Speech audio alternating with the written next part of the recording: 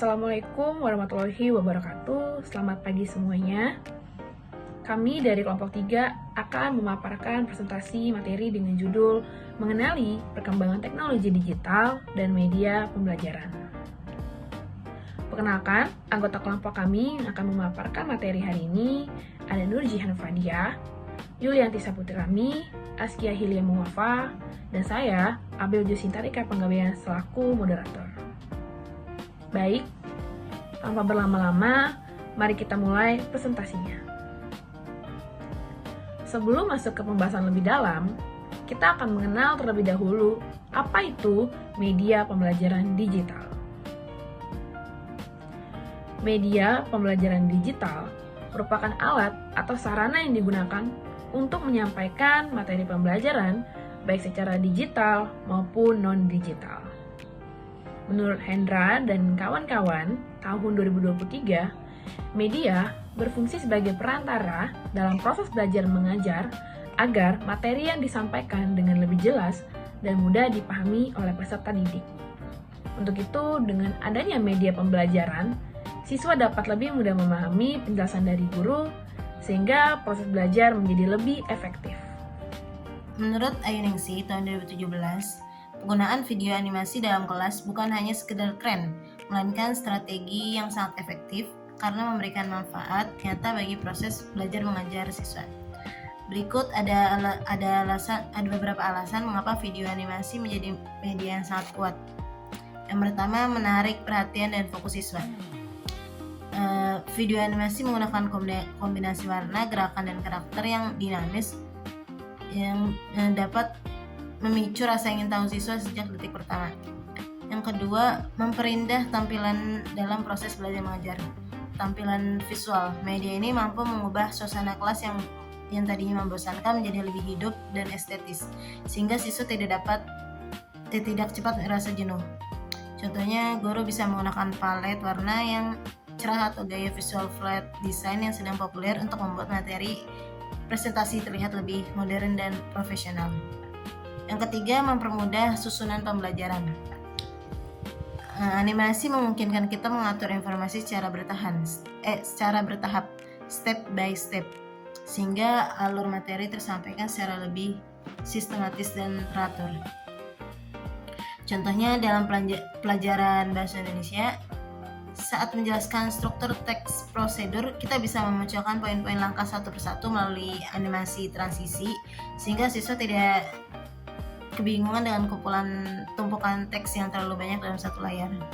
Yang keempat, mempermudah pemahaman materi yang sulit.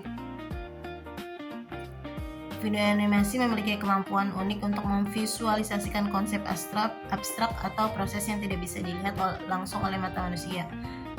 Contohnya kayak materi mikro menjelaskan bagaimana cara kerja virus masuk ke dalam sel tubuh, materi sejarah menampilkan rekaan ulang peristiwa proklamasi melalui animasi sejarah agar siswa bisa merasakan suasana masa lalu tanpa harus membayangkan sendiri secara buta.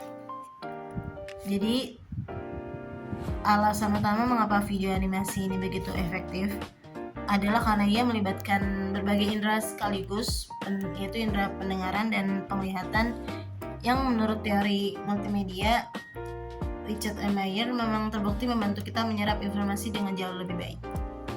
Selanjutnya ada macam-macam media pembelajaran digital. Di era sekarang, media pembelajaran digital bukan lagi sekedar pilihan, tetapi kebutuhan untuk menciptakan suasana belajar yang dinamis. Berikut macam-macamnya. Yang pertama ada multimedia interaktif. Multimedia interaktif itu merupakan paket lengkap karena menggabungkan teks, gambar, suara, animasi, dan video dalam satu perangkat elektronik yang memungkinkan pengguna berinteraksi langsung. Media ini sangat cocok untuk menarik antusiasme siswa karena mereka tidak hanya menonton tapi juga ikut andil dalam prosesnya. Contohnya pada platform penggunaan Zoom atau Google Meet untuk diskusi jarak jauh secara real time. Game atau edukasi menggunakan kuis interaksi seperti Kahoot atau Quizizz, di mana siswa bersaing menjawab pertanyaan secara cepat dan mendapatkan skor langsung. Yang kedua ada digital video dan animasi. yaitu gabungan gambar bergerak dan suara yang dirancang secara menarik untuk mencapai tujuan pembelajaran tertentu. Media ini paling efektif untuk menjelaskan konsep abstrak atau proses yang sulit dibayangkan secara manual. Contohnya menampilkan video animasi tentang proses terjadinya hujan siklus air. Siswa bisa melihat secara visual bagaimana air menguap hingga jatuh kembali menjadi hujan yang jauh lebih jelas daripada sekadar membaca teks. Atau bisa contoh lainnya itu alih-alih hanya membaca teks legenda Danau Toba, misalnya siswa bisa menonton animasi singkatnya. Hal ini mempermudah siswa dalam menganalisis unsur intrinsik seperti penokohan dan latar karena mereka melihat langsung visual karakter dan suasananya. Nah, yang selanjutnya ada podcast. Podcast merupakan episode program yang tersedia di internet. Secara umum, podcast berbentuk rekaman audio atau rekaman suara yang dibagikan pembuatnya secara online di internet, sehingga podcast juga bisa digunakan untuk mendukung pembelajaran.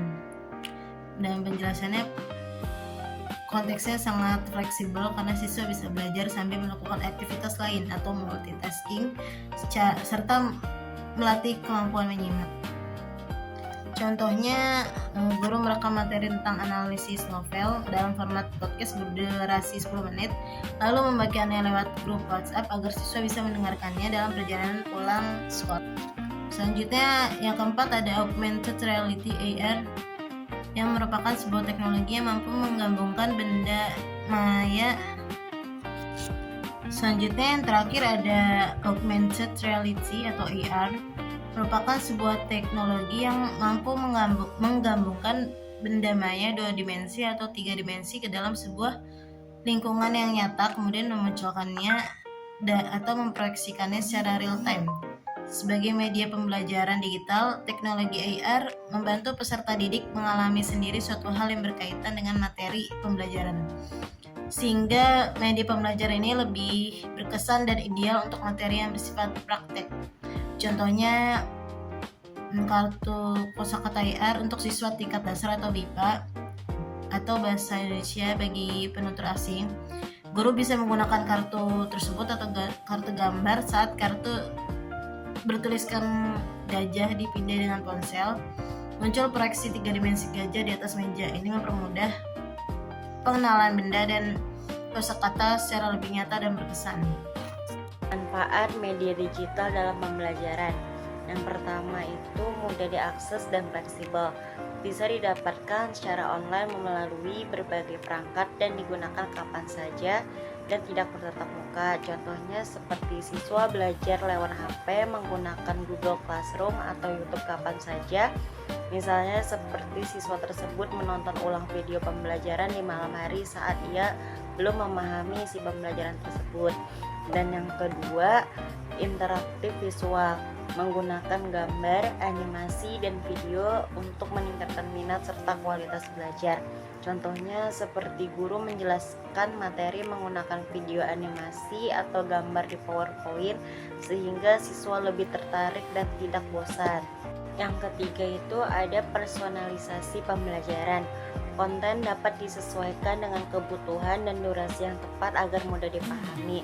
Contohnya, siswa yang cepat memahami bisa lanjut ke materi berikutnya di aplikasi belajar, sedangkan yang belum paham bisa mengulang video sampai mengerti.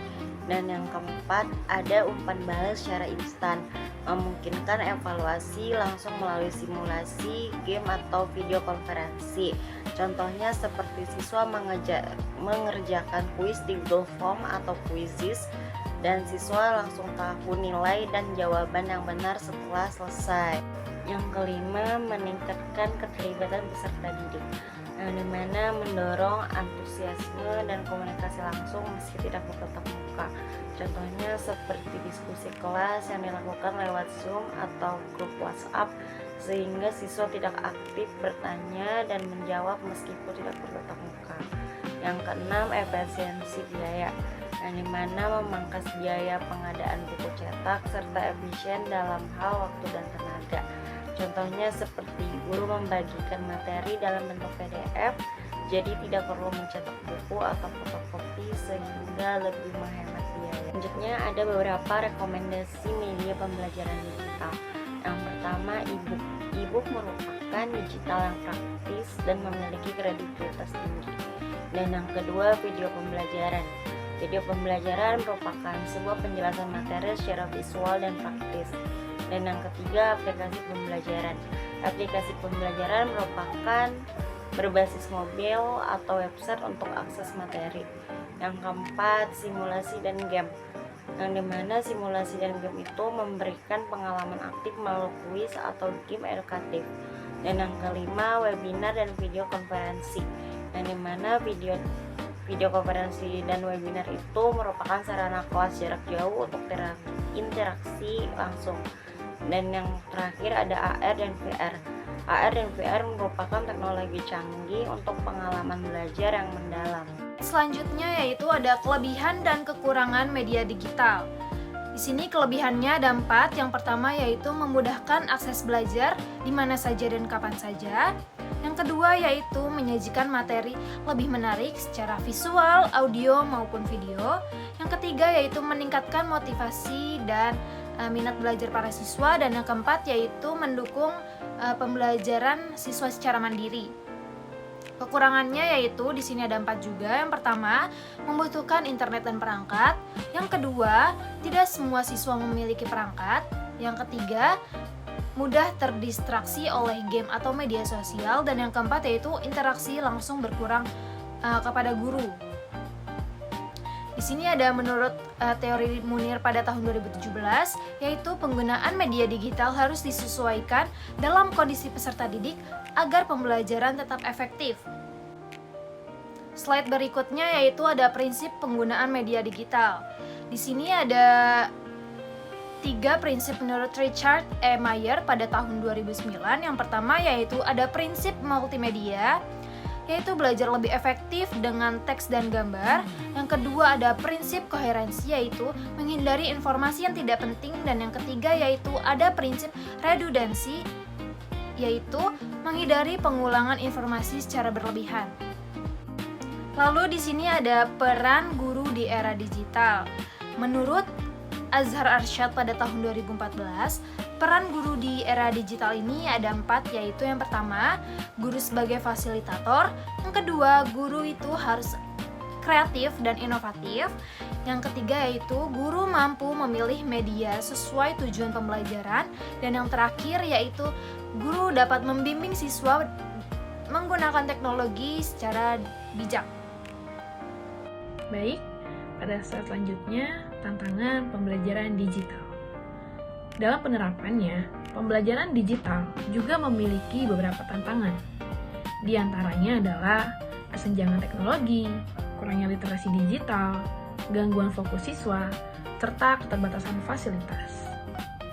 Yang dimana, menurut Munir tahun 2017, tantangan utama dalam pembelajaran digital adalah kesiapan teknologi dan kemampuan penggunanya. Dari penjelasan yang telah disampaikan oleh kelompok kami, dapat disimpulkan bahwa media digital memiliki peran yang sangat penting dalam pembelajaran modern. Media ini mampu meningkatkan interaksi dan pemahaman siswa. Namun, tetap harus digunakan secara bijak sesuai dengan kebutuhan. Selain itu, peran guru juga sangat penting dalam mengelola media pembelajaran agar proses berjalan dengan baik. Demikian presentasi dari kelompok kami. Kami mohon maaf apabila terdapat kekurangan dalam penyampaian materi. Wassalamualaikum warahmatullahi wabarakatuh.